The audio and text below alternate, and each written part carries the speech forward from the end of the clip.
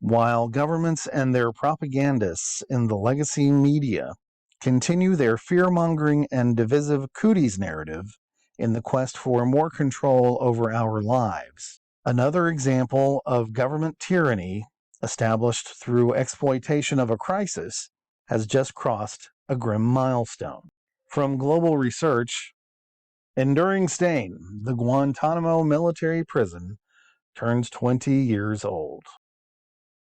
On January 11, 2002, the first prisoners of the War on Terror began arriving at the newly constructed Camp X-ray prison at the U.S. Naval Base in Guantanamo Bay in the wake of the 9/11 attacks on the United States. As the author describes it, Guantanamo Bay is a mad, cruel experiment about how legal limbos and forged purgatories of the law can function to dehumanize and degrade.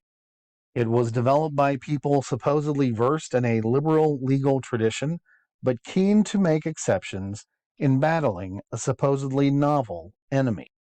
The Bush administration deemed the detainees unlawful enemy combatants, thereby placing them outside the formal protections of humanitarian law.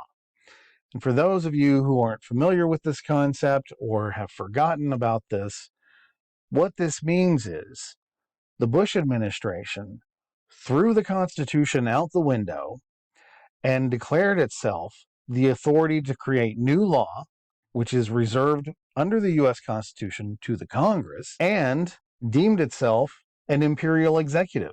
You see, under the U.S. Constitution, under U.S. law, if the government accuses you of wrongdoing and wants to deprive you of property, liberty, or your life, there are certain things that you are guaranteed as due process, such things as being formally accused, the right to legal counsel, the right to evidentiary discovery, where the government has to give you the evidence that it has upon which it is basing the accusations against you, and the right to put up a defense, and the right to a trial by a jury.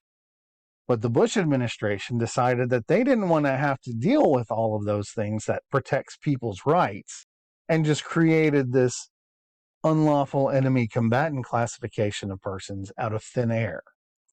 The closure of the facility has been constantly urged with minimal return. In 2008, Barack Obama endorsed the idea of closing Guantanamo prison, as did the Republican nominee for president in 2008, Senator John McCain, who himself was also a former POW. As Barack Obama declared at the time, in the dark halls of Abu Ghraib and the detention cells of Guantanamo, we have compromised our most precious values.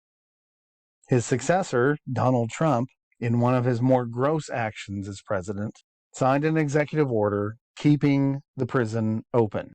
Joe Biden also promised to close the prison, yet 1 year into his deteriorating presidency, nothing has changed.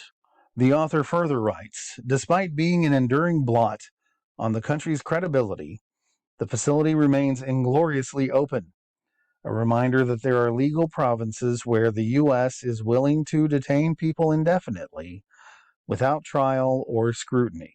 At present, 39 men remain, 13 of whom are in indefinite detention.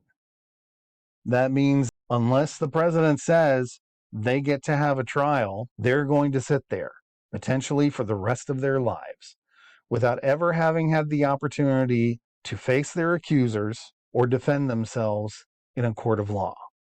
And the author wraps it up by saying, tragically, there is every risk that the Guantanamo experiment will be replicated rather than abolished. I would argue, aren't our leaders trying to continue that experiment today? Well, that's my take on it. I'd like to know what you think, so leave a comment below. Take care, and thanks for watching.